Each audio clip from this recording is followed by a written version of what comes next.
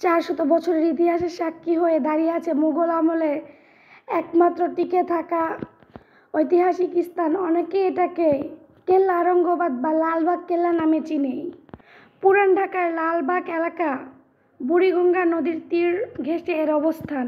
শুরুর দিকে এই কেল্লার নাম ছিল কেল্লা আরঙ্গবাদ। ঢাকা থেকে মুর্শিদাবাদের রাজধানী স্থানান্তর করার কারণে নবাব শায়েস্তা খাঁ ঢাকা ত্যাগ করেন। মুঘল আমল সমাপ্তির পরেই অবহেলায় অনাদরে পড়ে থাকে এ দুর্গটি।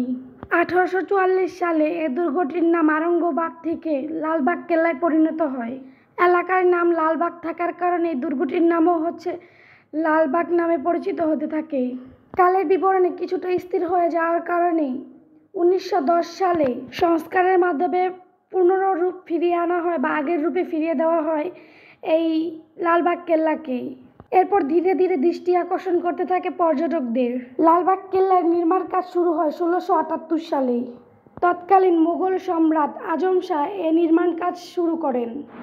দুর্গ নির্মাণের 1 বছরের মধ্যেই তার বাবার ডাকে তাকে দিল্লিতে চলে যেতে হয়। সম্রাট আজম শাহ চলে যাওয়ার পরে দুর্গটির কাজ কিছুটা বন্ধ হয়ে যায়। নির্মাণের কাজ শেষ হবে কিনা তা নিয়েও দ্বিধাদ্বন্দ্বে পড়ে যায় অনেকেই। কিন্তু সকল জল্পনা কল্পনার অবসান ঘটিয়ে তৎকালীন নবাব শায়েস্তা খান লালবাগ কেল্লার নির্মাণ কাজ আবারও পুনরায় শুরু করে দেন। পুরো উদ্যমে দুর্গের কাজ চলতে থাকে। শায়েস্তা খান কাজ শুরু করার 4 বছরের মধ্যে আবারও দুর্গের কাজ বন্ধ হয়ে যায়। এরপরে এই দুর্গটির কাজ আর সম্পন্ন হয়নি। বন্ধ হওয়ার কারণ ছিল নবাব শায়েস্তা খানের মেয়ে পরী বিবির মৃত্যুর কারণ। তার মৃত্যুর পরে এই প্রাসাদটি আর কাজ সম্পন্ন হয়নি। পরী বিবির মৃত্যুর পরে সবাই দুর্গটিকে অপয়া বা অশুভ ভাবতে শুরু করে দেয়। লালবাগ কেল্লার মধ্যে ঢোকার 3টি গেট রয়েছে। এর মধ্যে প্রথমে আপনি যে গেটটি দিয়ে ঢুকবেন তার সামনে প্রথম দুর্গটির মধ্যেই রয়েছে পরী বিবির মাজার বা পরী বিবির কবরস্থান, যেখানে পরী বিবিকে কবর দেওয়া হয়েছিল। তো এখানে তার কবরস্থান বা তার মাজার বানিয়ে রেখেছে। পরী বিবির মৃত্যুর পর তাকে লালবাগ দুর্গে সমাহিত করা হয়। আর এরপর থেকেই একে পরী বিবির সমাধি বলে আখ্যায়িত করা হয়। আর এখানে পরী বিবির মাজারের ভিডিওটা আমি একটু দূর থেকেই নিয়েছিলাম, কারণ আমার প্রচণ্ড রোদ ছিল। আমি খুব তাড়াতাড়ি চলে গিয়েছিলাম। আমি যেদিনকে গিয়েছিলাম ওদিনকে প্রচণ্ড রোদ ছিল। তো রোদের কারণে ওইখানে যাওয়া একদমই সম্ভব ছিল না। দূর থেকে কিছু ভিডিও ক্লিপ নিয়েছিলাম আর সেটা আপনাদের সাথে শেয়ার করেছি, কারণ রোদের কারণে আমার বাচ্চা আমার সাথে ছিল, ও ক্লান্ত হয়ে গিয়েছিল। এই প্রাসাদটির পরিবেশ এবং সবুজ প্রকৃতির ছায়া মনটাকে একদমই শান্ত করে দেয়। আর হ্যাঁ, আজকের ভিডিওটা একটু বড় হয়েছে, একটু লং হয়েছে, তো তার জন্য সরি। আর আমি আপনাদের সাথে পুরো দুর্গটির সব চিত্রই শেয়ার করবো, এই জন্য ভিডিওটা একটু বড় হয়েছিল, কারণ দুর্গটি বিশাল বড় এবং এর মধ্যে বিভিন্ন স্থান আলাদা আলাদা ভাগ করা। তো সেই জন্য বড় হওয়ার কারণে ভিডিওটাও একটু বড় হয়েছে, লং হয়েছে। তবু আমি চেষ্টা করেছি আপনাদের জন্য যথেষ্ট ছোট করার, মেন ইম্পর্টেন্ট বা সবচেয়ে আকর্ষণীয় জায়গাগুলোই আপনাদের সাথে ভিডিওতে শেয়ার করার। তো ধৈর্য না হারিয়ে পুরো ভিডিওটা দেখতে থাকুন। আর আমার ভিডিওটি যদি ভালো লাগে তাহলে একটা লাইক করে কমেন্ট করে আমাকে জানিয়ে যাবেন। এবং আমার ভিডিও যদি সবসময় দেখতে চান বা আমার ভিডিও যদি আপনাদের কাছে সবসময় ভালো লাগে তাহলে আমার চ্যানেলটা সাবস্ক্রাইব করে আমার পাশে থাকবেন। আর হ্যাঁ, যদি ভিডিওটা আপনাদের ইচ্ছে করে তাহলে ভিডিওটা বেশি বেশি করে একটু শেয়ার করে দিবেন, যাতে অন্যরাও ভিডিওটা দেখতে পারে। আর ঢাকার মধ্যে একদম 4 দেওয়ালে বন্দির মধ্যে মনোরম পরিবেশ পাওয়াটা একদম খুবই আকর্ষণীয় ব্যাপার বলতে গেলে। এর সৌন্দর্য, এর চারদিকের যে প্রাকৃতিক দৃশ্য সব কিছুতেই মনকে খুব সুন্দর করে তোলে। আর এই দুর্গটি খুবই বড়, যেটা ঘোরা শেষ করতে মিনিমাম কয়েক ঘন্টা, 2 থেকে 1.5 ঘন্টা তো মিনিমাম সময় লাগবে। একদম স্টপ না হয়ে যদি পুরো হাঁটতে থাকেন তাহলেই একদম 1 থেকে 1.5 ঘন্টা কি 2 ঘন্টার মধ্যে ঘোরা শেষ করতে পারবেন। আর এই তো এখানে পরী বিবির মাজার দেখা যাচ্ছে। বাইরে প্রচুর রোদ ছিল, তো এই জন্য আমি ভিডিও সামনে যেয়ে করতে পারিনি। একটু দূর থেকে যেখানে ছায়া ছিল আমি ওইখান থেকেই ভিডিও করেছিলাম। আর এই তো এখানে পানির ফোয়ারা বা পুলের মতো দেখা যাচ্ছে। এগুলো এখন একদমই বন্ধ, একদমই শুকিয়ে আছে। হয়তো একটা সিজনে এগুলো ছাড়া হয়, এগুলোর মধ্যে একদম টলমল করা পানি থাকে, বা একটা সময় ছিল কিন্তু বর্তমানে এই ফোয়ারাগুলো একদমই বন্ধ আছে। আর এই দুর্গটির যে প্রাকৃতিক দৃশ্যটা দেখলে আসলে মনটা খুবই ভালো হয়ে যায়, খুবই ভালো হয়ে যায়। মনে চায় যে সবসময় যখনই প্রাকৃতিক দৃশ্য বা ফুল টুল দেখতে মন চায় না কেন বা ঐতিহাসিক স্থান দেখতে মন চায় না কেন, তাহলেই ছুটে চলে যাই। আর এই যে এখানে এই দুর্গটি দেখতে পাচ্ছেন, এটি হচ্ছে মুঘল সম্রাট শায়েস্তা খানের হাম্মামখানা বা গোসলখানা। এই তো এখানে হচ্ছে প্রত্যেকটা দুর্গই খুব পুরনো আর খুবই বিচিত্র সুন্দরভাবে তৈরি। আর প্রাকৃতিক পরিবেশের সৌন্দর্যের প্রশংসা না করে পারা যায় না, এত সুন্দর এর পরিবেশ। খুবই সুন্দর আকর্ষণীয় ফুল এবং নানান ধরনের গাছ ছিল এখানে।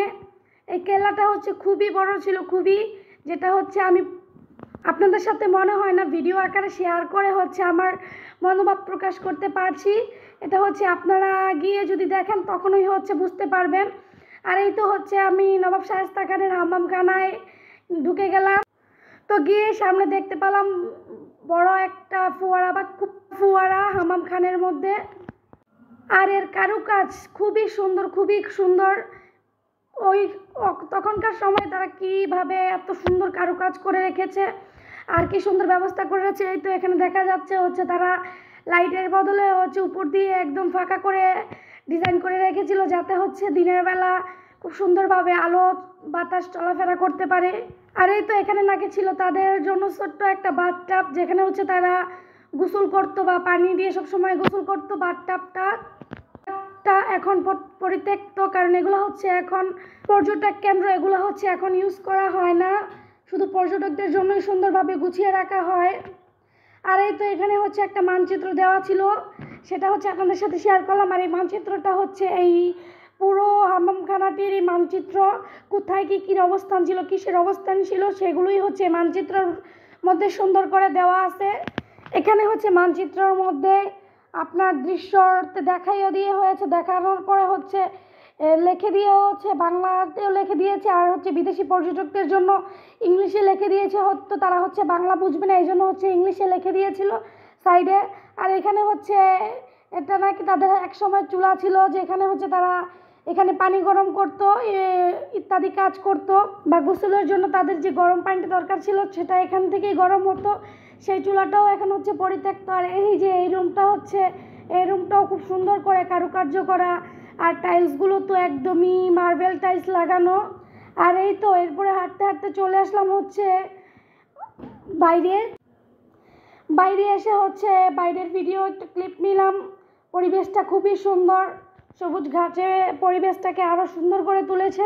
নানা ধরনের ফুল এবং নানা ধরনের গাছে হচ্ছে প্রাসাদটার সৌন্দর্য আরও বাড়িয়ে তুলেছে, এই পর্যটক কেন্দ্রটাকে হচ্ছে মনোরম করে তুলেছে। ঢাকার মধ্যে ঐতিহাসিক পর্যটক কেন্দ্র। আর এই তো এর পাশে হচ্ছে অনেক পুরনো দুর্গ দেখা যাচ্ছে, যেগুলো হচ্ছে এই প্রাসাদেরই দুর্গ। আর আমার ছিল আসলে অনেক বড়, যখনই আমার মন খারাপ থাকবে না কেন বা আমার হচ্ছে প্রাকৃতিক সৌন্দর্য, অন্যরকম একটা প্রাকৃতিক সৌন্দর্য দেখতে মন চাইবে না কেন, তখনই হচ্ছে আমি এখানে চলে যাব। আচ্ছা, আপনাদের সাথে আবারও বলছি, আমার ভিডিওটা যদি ভালো লাগে আপনাদের কাছে, তাহলে কিন্তু আমার চ্যানেলটা অবশ্যই সাবস্ক্রাইব করবেন, সাবস্ক্রাইব করে আমার পাশে থাকবেন।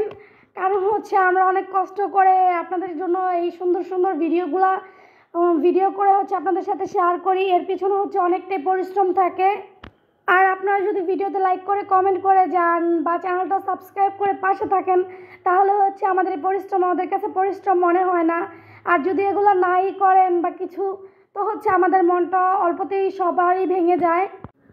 তাই বলছি, আপনাদের একটা লাইক, একটা কমেন্ট বা একটা শেয়ার হচ্ছে আমাদের জন্য অনেকটাই অনুপ্রেরণা, বা চ্যানেলটা সাবস্ক্রাইব করা, এটাও হচ্ছে আমাদের জন্য খুবই অনুপ্রেরণা দেওয়া, যাতে হচ্ছে আমরা পরবর্তীতে আরও ভালো ভালো ভিডিও বানাতে পারি আপনাদের জন্য।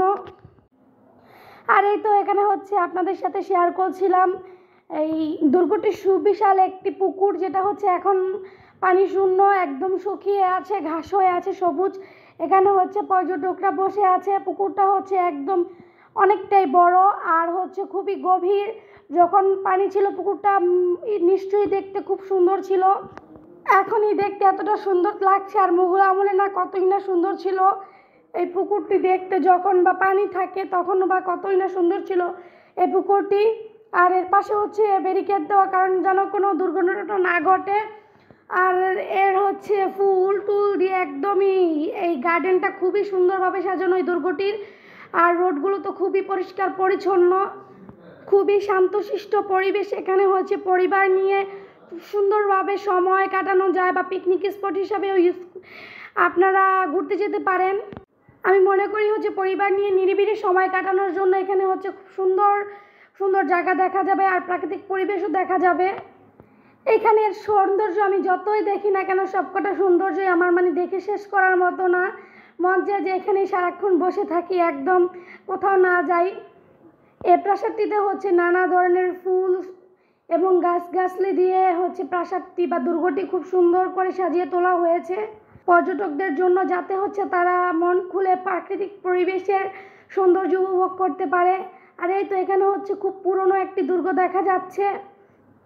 এই দুর্গটি হচ্ছে মেনলি একটা গেট ছিল একটা সময়, বাট এখন হচ্ছে এই দুর্গটির গেটটি একদমই বন্ধ, এটি হচ্ছে পরিত্যক্ত হয়ে গিয়েছে। এখানে হচ্ছে যাওয়া আসা বর্তমানে পর্যটকদের জন্য বন্ধ। আর হচ্ছে দুর্গটি একদমই অনেকটা পুরনো হয়ে গিয়েছিল, যেহেতু 400 বছরের আগের দুর্গ। এর কারুকাজ সৌন্দর্য যে কোনো একটা মানুষকে একদম খুব সুন্দরভাবে আকর্ষণ করতে পারে। এইসব ঐতিহাসিক দুর্গ হচ্ছে দেখলেই দেখতে মন চায়, তাকিয়ে থাকতে মন চায়, সবসময় যেন তাকিয়ে থাকে এই দুর্গগুলোর দিকে। আর এগুলো হচ্ছে একদম পুরনো হয়ে গেলেও কি হয়েছে, এগুলো হচ্ছে একদমই এখনও অনেকটাই শক্তপোক্তভাবে বানানো বা অনেকটাই ভালো আছে, এখনও কোনো রিস্ক নেই এগুলোর মধ্যে। আর হ্যাঁ, এগুলো হচ্ছে অবশ্যই বছর বছর হয়তো মেরামত করা থাকে, মেরামত করে রাখে দেখেই হচ্ছে এখনও ভালো আছে। আর এই যে এই পাশের দেওয়ালটা একদমই পুরানো হয়ে একদম ভেঙে ভেঙে যাচ্ছিল, দেখা যাচ্ছিল মনে হয় এখনই ভেঙে পড়বে, কিন্তু আসলে না, বাস্তবে দেওয়ালটা খুবই স্ট্রং ছিল বা শক্ত ছিল। আর এই ঐতিহাসিক জায়গার হচ্ছে অনেক ঐতিহাসিক ঘটনা আছে, যেগুলো হচ্ছে আমি আপনাদের সাথে অন্য একটা ভিডিওতে শেয়ার করব। আজকে হচ্ছে এই দুর্গটির সম্পর্কে আপনাদের সাথে বললাম। আর এই যে এখানে হচ্ছে একটি গোপন সুড়ঙ্গ পথের মুখ, এখানে হচ্ছে গোপন সুড়ঙ্গর পথটি একদম বন্ধ আছে, কারণ এখানে হচ্ছে কাউকে যেতে দেওয়া হয় না। এই গোপন সুড়ঙ্গের মুখ দিয়ে নাকি হচ্ছে আগে হচ্ছে তারা চলাফেরা করতো, আগেরকার সম্রাটরা এক জায়গা থেকে আরেক জায়গায় চলাফেরা করতো। বর্তমানে হচ্ছে এগুলাতে হচ্ছে কেউ গেলে ফিরে আসতে পারে না, কি জানি এরকম একটা, কারণ এখানে হচ্ছে বৈজ্ঞানিক ধারণা দেওয়া হয়েছে এখানে হচ্ছে এক ধরনের গ্যাস থাকে, যেটার কারণে হচ্ছে কেউ পথ চিনে বা ফিরে আসতে পারে না। কিন্তু বিজ্ঞানীদের ধারণা হচ্ছে অনেক বছর মাটির নিচে থাকার কারণে হয়তো কোনো গ্যাস উৎপন্ন হয়েছে, এই কারণে হচ্ছে গ্যাস বা অক্সিজেন না পায়ে হচ্ছে লোকজন মারা যায়, বা গ্যাসের কারণে হচ্ছে লোকজন মারা গিয়ে হচ্ছে আর ফিরে আসতে পারে না। তো সেটাকে হচ্ছে তারা ভৌতিক কারণ ভেবে নেয়। আর এই কারণে হচ্ছে এই দুর্গটির পথ এখন সুড়ঙ্গ পথটির পথ এখন বন্ধ করে দিয়েছে, যাতে হচ্ছে কোনো দুর্ঘটনা না ঘটতে পারে। আজকের ভিডিওটা এই পর্যন্তই।